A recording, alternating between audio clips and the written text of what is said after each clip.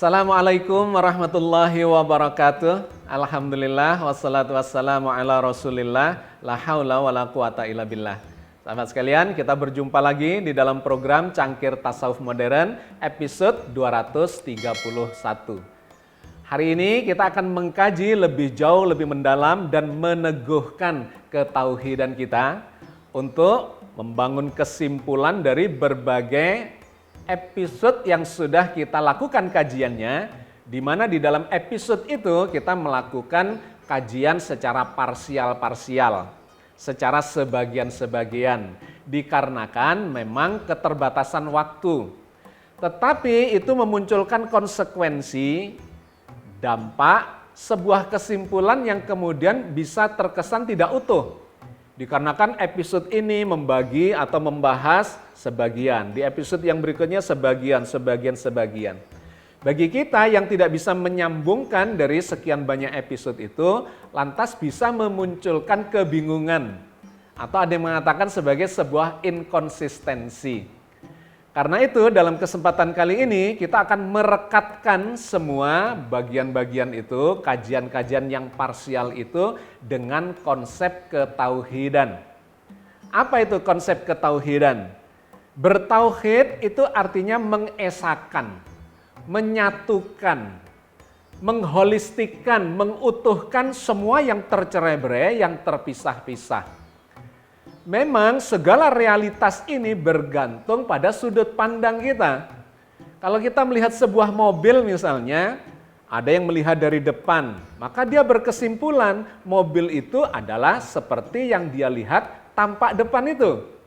Tetapi kawan yang lain lagi melihat dari belakang, maka dia menyimpulkan bahwa mobil itu seperti yang dia lihat dari belakang itu. Ada yang dari kanan, ada yang dari kiri, ada dari atas, dari bawah. Maka kalau ini tidak disatukan, tidak ditauhidkan, akan memunculkan ambiguitas, kerancuan. Mobil ini sebetulnya bentuknya seperti apa? Apa seperti tampak depan itu, atau seperti tampak belakang, kanan, kiri, atas, bawah? Yang benar adalah ya tampak depan itu ditambah tampak belakang, kanan, kiri, atas, bawah. Itulah yang disebut sebagai mobil. Nah, inilah yang saya maksudkan sebagai mentauhidkan itu. Segala keberagaman ini itu jelas ada, iya. Tetapi sesungguhnya keberagaman itu adalah bagian yang tidak terpisahkan dari kesatuan yang ada.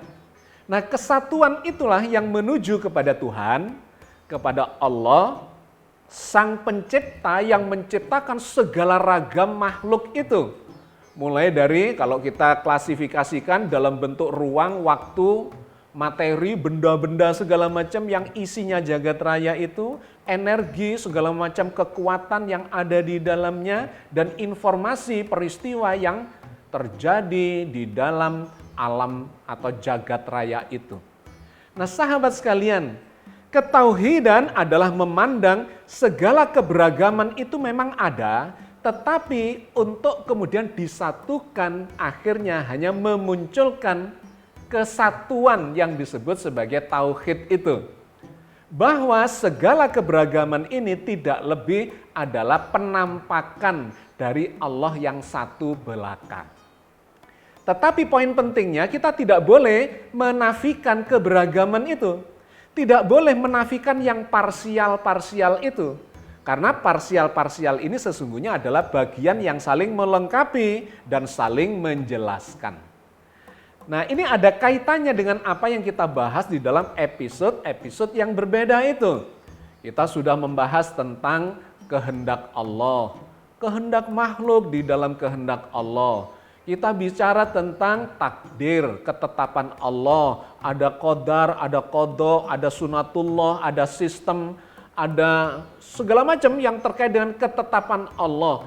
Yang kalau tidak kita satukan itu bisa memunculkan ambiguitas. Dan sekali lagi kemudian ada yang menyebut tidak konsisten antara kajian yang pertama dengan kedua, ketiga, dan seterusnya. Karena memang belum bisa menyambungkan ya benang merah dari semua kajian itu. Termasuk tentang ayat-ayat nubuat. Dan yang kemudian menonjol dalam kajian kita ini adalah pemikiran yang bersifat deterministik dan indeterministik. Bahwa ada yang berpendapat semuanya ini bersifat deterministik, serba ditentukan oleh Allah. Tetapi yang lain mengatakan tidak, bukan serba ditentukan oleh Allah, melainkan indeterministik. Manusia, makhluk diberi kebebasan untuk melakukan pilihannya, usahanya, dan seterusnya. Nah, kita sudah membahas bahwa ini adalah parsial, yang ini juga parsial. Deterministik itu parsial, indeterministik juga parsial. Harus kita satukan sebagai satu keutuhan tauhid. Jadi kalau kita melihat di dalam Al-Quran Al-Karim, ayat-ayat deterministik itu ada, tetapi ayat-ayat indeterministik itu juga ada. Nah, kalau kita memandang sebagian ini, itu ibaratnya memandang mobil dari depan saja. Yang lainnya memandang mobil dari belakang, nanti ada yang lainnya lagi dan seterusnya. Maka sekali lagi, semua itu adalah ayat-ayat firman Allah yang harus digunakan untuk menjelaskan. Saling menjelaskan antara deterministik dengan yang indeterministik sehingga menghasilkan kefahaman yang holistik. Ini yang selalu saya tekankan bahwa kajian itu memang harus komprehensif dalam semua sudut pandang untuk menghasilkan kesimpulan yang utuh, yang holistik, yang bertauhid. Nah, konsep tauhid itu di dalam Al-Quran digambarkan dalam sebuah kalimat yang sangat kita kenal, sebuah kalimat yang menjadi komitmen kita untuk bertauhid hanya kepada Allah, yaitu kalimat La ilaha illallah. Tidak ada Tuhan kecuali Allah. Ayat ini atau kalimat ini sangat menarik dan sangat mendalam maknanya. Ada dua frase yang berbeda. Yang pertama adalah frase yang mengatakan La ilaha. Tidak ada Tuhan. Ilah atau Tuhan itu adalah segala sesuatu yang kita agung-agungkan. Bahkan sampai disembah-sembah, yang dimuliakan, tempat kita menggantungkan kebahagiaan, penderitaan, ya kita kaitkan dengan itu, nasib kita, takdir kita, masa depan kita, dan seterusnya, itulah yang disebut ilah, Tuhan. Oleh Al-Quran disebut Tuhan dikarenakan kita menjadikan dia sebagai tempat bergantung atas segala peristiwa dan nasib yang akan kita alami ke masa depan. Oleh ayat ini atau oleh kalimat tauhid ini itu diminta untuk ditiadakan. Tetapi ketika diminta untuk ditiadakan berarti ilah itu ada. Dan karena itu ada dalam kehidupan kita, maka diperintahkan untuk meniadakan. Apa contoh ilah itu? Misalnya kekuasaan. Orang yang bergantung pada kekuasaan dan kalau kekuasaannya hilang, dia kemudian menjadi menderita karenanya, post power syndrome, kehilangan sebagian besar hidupnya dan sebagainya, maka dia telah menjadikan kekuasaan itu sebagai ilah, sebagai Tuhan baginya. Atau harta benda. Sedemikian orang itu bergantungnya kepada harta benda, ketika harta bendanya lenyap, rusak, binasa, bangkrut, kemudian dia menjadi gila dan sebagainya, maka berarti dia telah mempertuhan harta benda itu. Kekuasaan, harta benda, kecintaan pada duniawi, pada orang-orang di sekitarnya, pada keluarga, anak, istri, suami, dan sebagainya, itu bisa menjadi Tuhan, dalam kehidupan kita ketika kita bergantung atau menggantungkan sepenuhnya kebahagiaan, penderitaan, masa depan dan sebagainya itu kepada Dia. Maka Al-Quran mengajarkan kepada kita, la ilaha, hilangkan semua itu, tidak ada. Terus diganti dengan apa? Illallah, kecuali hanya kepada Allah semata. Jadi poin penting dari kalimat ini atau dari frase ini adalah ilah itu ada, bukan tidak ada. Tetapi keberadaannya harus kita lenyapkan menjadi keberadaan yang eksistensinya lebih agung, lebih mulia, lebih holistik, tidak parsial-parsial. Penuhanan harta benda, penuhanan kekuasaan, penuhanan dunia dan sebagainya dengan segala isinya itu adalah sesuatu yang parsial. Maka orang yang terjebak kepada parsialitas itu, ketika yang parsial itu hilang, dia akan mengalami penderitaan, akan menjadi masalah dalam hidupnya. Bahkan bukan cuma di dunia, itu sampai di akhirat. Nah, kita diperintahkan untuk meniadakan itu, yang parsial-parsial itu, dan kemudian menyatukannya menjadi Tuhan yang Allah semata. Kata Allah itu adalah berasal dari al-ilah. Al-ilah menjadi Allah, ilah adalah Tuhan, al itu menunjuk kepada Tuhan yang itu, bukan Tuhan yang macam-macam ini, tetapi Tuhan yang itu, yang oleh Al-Quran digambarkan sifatnya secara holistik, secara komprehensif melalui sifat Asmaul Husna. Dialah Allah yang maha berkuasa, maha adil, maha pemurah, maha berilmu, maha segala-galanya dengan segala sifat Asmaul Husnanya itu menggambarkan Tuhan yang maha besar, yang holistik, meliputi seluruhnya. Nah, ungkapan konsep tauhid ini di dalam Al-Quran bertebaran. Di antaranya digambarkan di dalam surat Al-Qasas ayat 88. Wala tada'u ma'allahi ilahan akhar, la ilaha illahu, kullu syai'in halikun illa wajhah, lahul hukmu wa ilaihi turja'un. Janganlah kamu seru bersama dengan Allah Tuhan apapun yang lain. Tidak ada Tuhan melainkan Dia. Segala sesuatu pasti binasa kecuali Allah. Baginyalah segala penentuan dan hanya kepadanyalah kamu dikembalikan. Ayat ini mengajarkan beberapa poin. Yang pertama, digambarkan di frase bagian awal, wala tada'u ma'allahi ilahan akhar. Dan janganlah kalian seru, kalian sebut, kalian agung-agungkan, kalian sembah-sembah ilahan akhar, Tuhan yang lain bersama dengan Allah. Artinya Tuhan-Tuhan yang lain selain Allah itu memang ada. Kepentingan, kebutuhan, kebergantungan segala macam itu selain kepada Allah itu memang ada dan diadakan oleh Sang Pencipta. Tetapi keberadaan dari Tuhan-Tuhan itu kemudian harus ditiadakan, bahkan bukan cuma menggantikan melainkan bersamaan saja itu Allah melarangnya, mengajarkan untuk tidak dilakukan. Wala tada'u ma'allahi ilahan akhar. Dan janganlah kalian seru sebut-sebut Tuhan itu ma'allah bersama dengan Allah. Jadi ya Tuhan itu, ya Tuhan Allah gitu ya. Ilahan akhar, Tuhan yang lain selain Allah disebut bersama-sama dengan Allah. Diagung-agungkan, tempat bergantung bersama dengan Allah itu pun tidak boleh. Ini adalah inti dari pelajaran ketauhidan. Ini poin pertama dari ayat itu.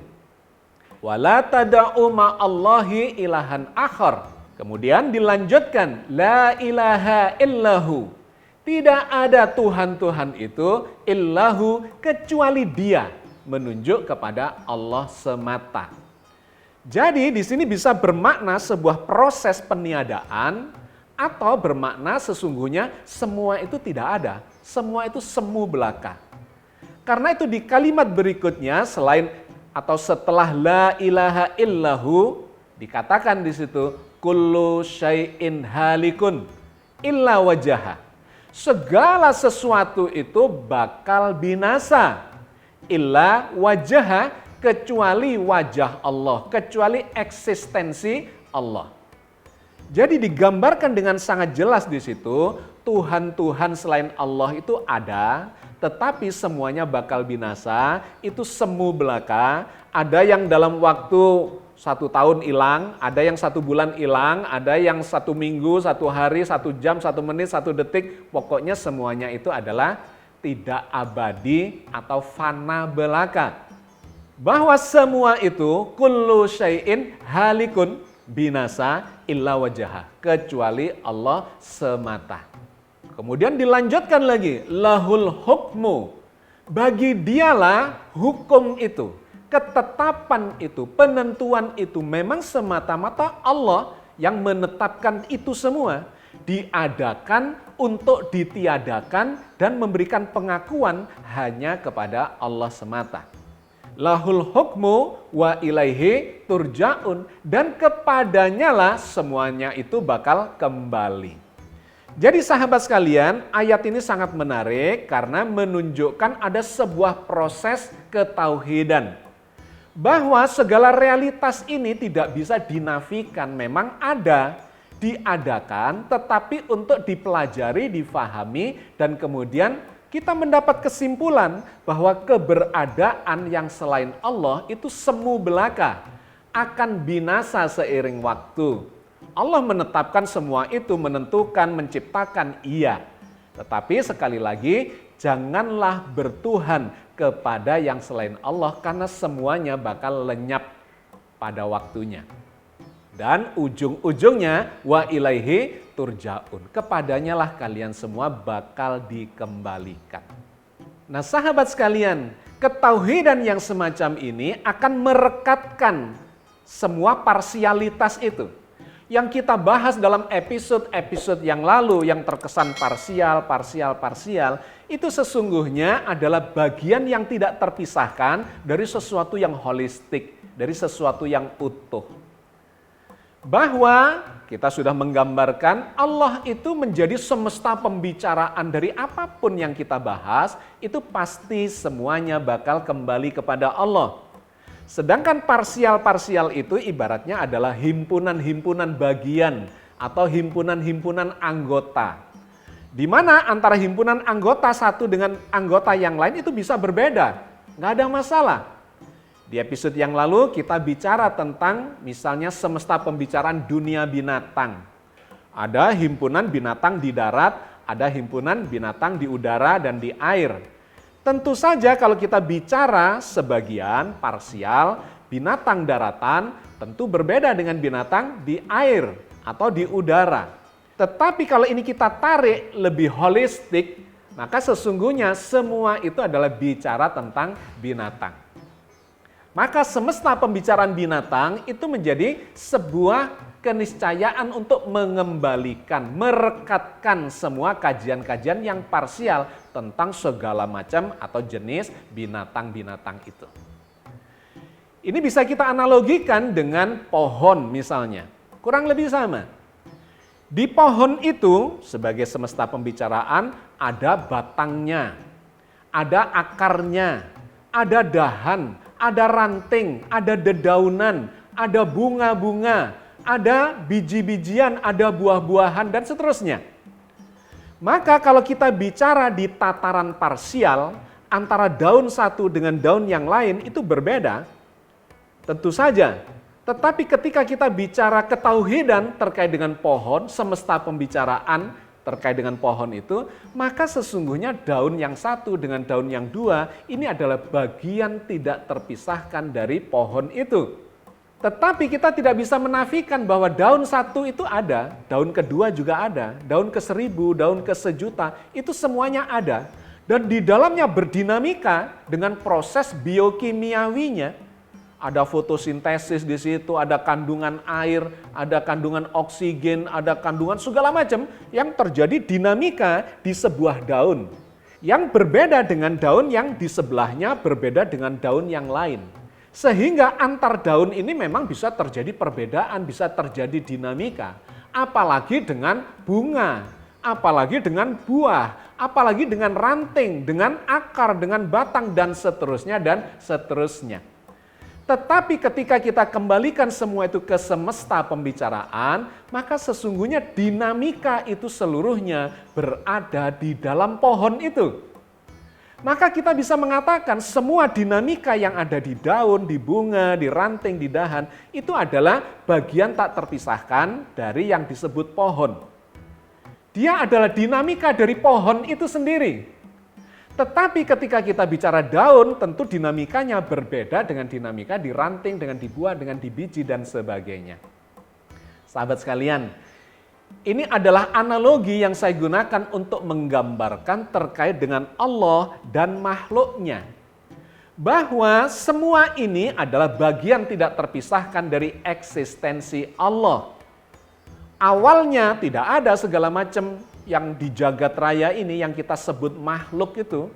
Tidak ada ruang, tidak ada waktu, tidak ada materi, benda-benda segala macam itu. Tidak ada energi, tidak ada informasi, nggak ada. Yang ada cuman Allah semata. Lantas Allah berkehendak untuk menciptakan segala macam ini. Hanya dengan kehendaknya. Kemudian Allah menciptakan kun fayakun. Jadilah, maka menjadilah seluruhnya itu. Dari mana semua itu bersumber? Tentu saja dari eksistensi Allah sendiri. Dikarenakan memang tidak ada selain Allah. Selain Allah tidak ada, karena Allah itu huwal awwalu wal akhiru.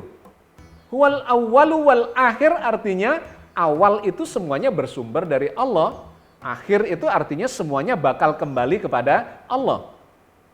Maka segala makhluk ini memang berada di dalam Allah. Di antaranya Allah berfirman di dalam surat Al-Baqarah ayat 117. Badi'us samawati wal ard wa idza qada amron fa innama yaqulu lahu kun fayakun.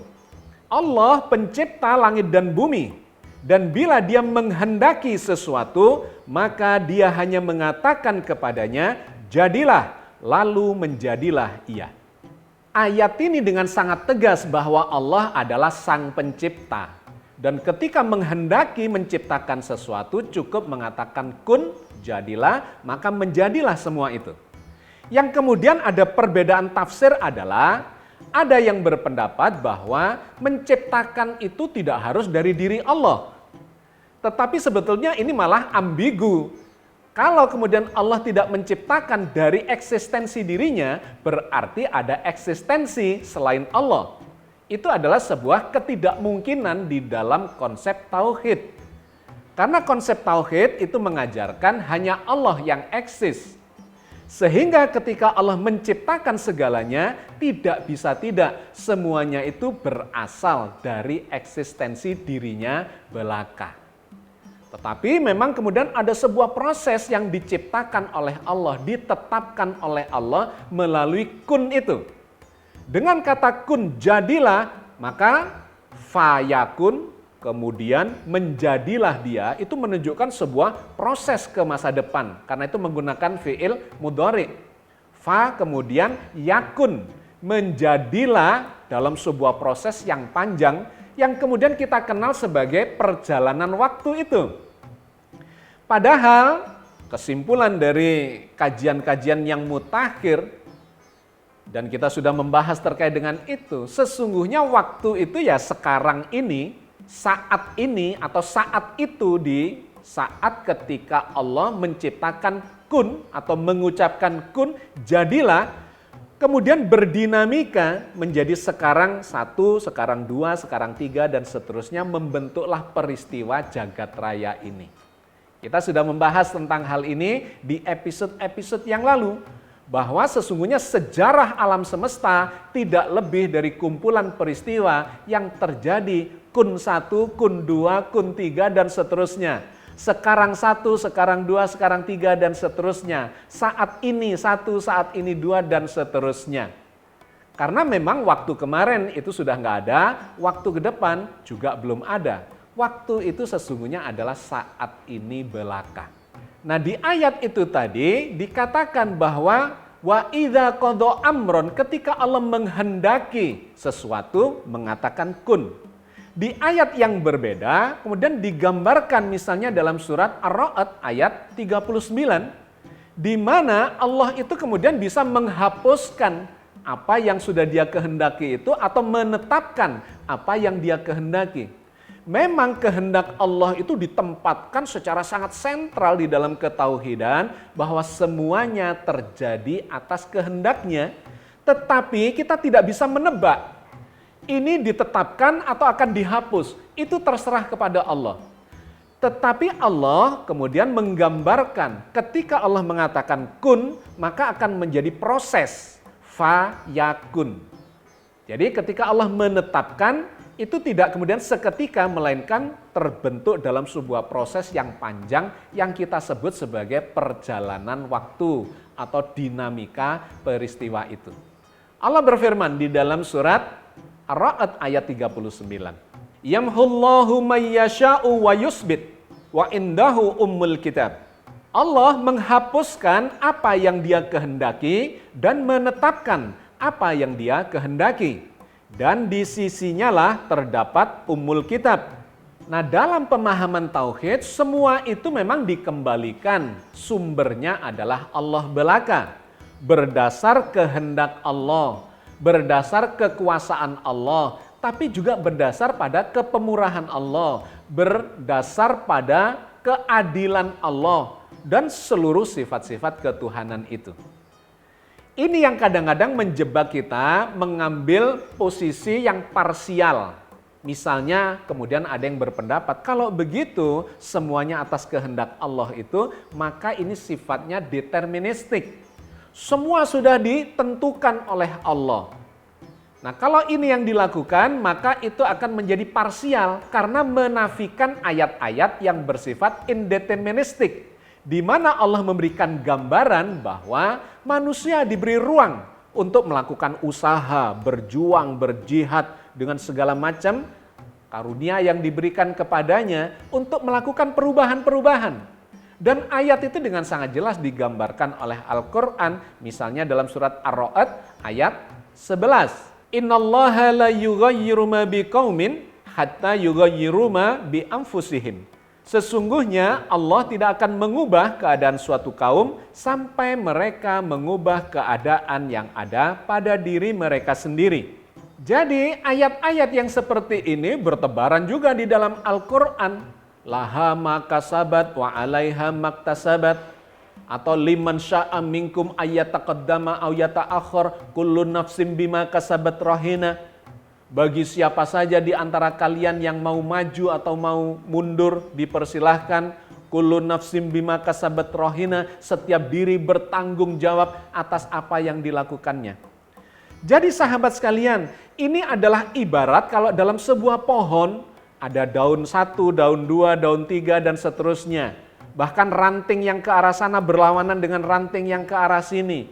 Ada dahan yang lebih besar, ada buah-buahan, ada biji-bijian, ada akar, dan seterusnya.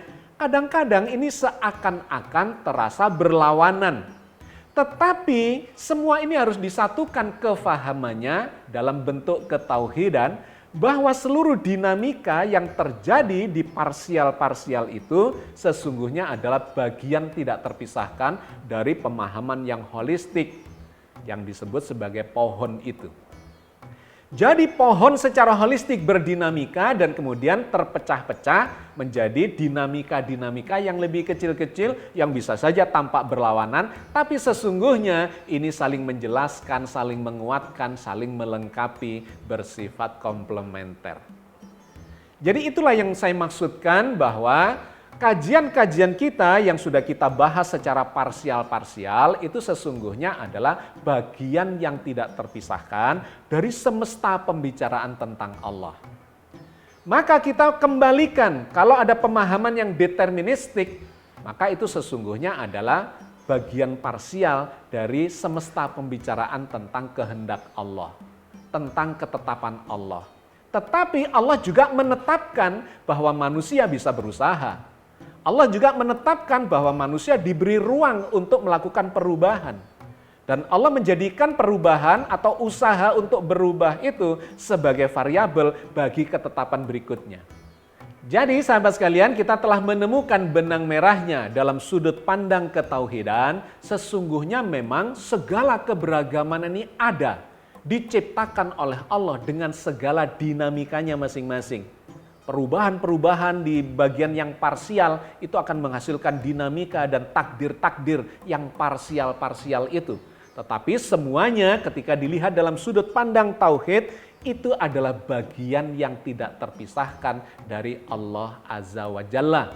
Bagaikan sebuah pohon di mana dinamika di dedaunannya, dinamika di ranting-rantingnya, di dahan-dahannya, di batangnya, di akarnya, bahkan di buah dan bijinya sesungguhnya adalah bagian tidak terpisahkan dari realitas sejati pohon itu. Dan dalam konteks yang sedang kita bicarakan, jagat raya dengan segala isinya dengan makhluknya ini sesungguhnya adalah realitas yang tidak terpisahkan dari realitas sejati, yaitu Allah Azza wa Jalla. Sahabat sekalian, mudah-mudahan Allah senantiasa membimbing kita di atas jalan yang diridhoinya. Amin ya rabbal alamin. Assalamualaikum warahmatullahi wabarakatuh.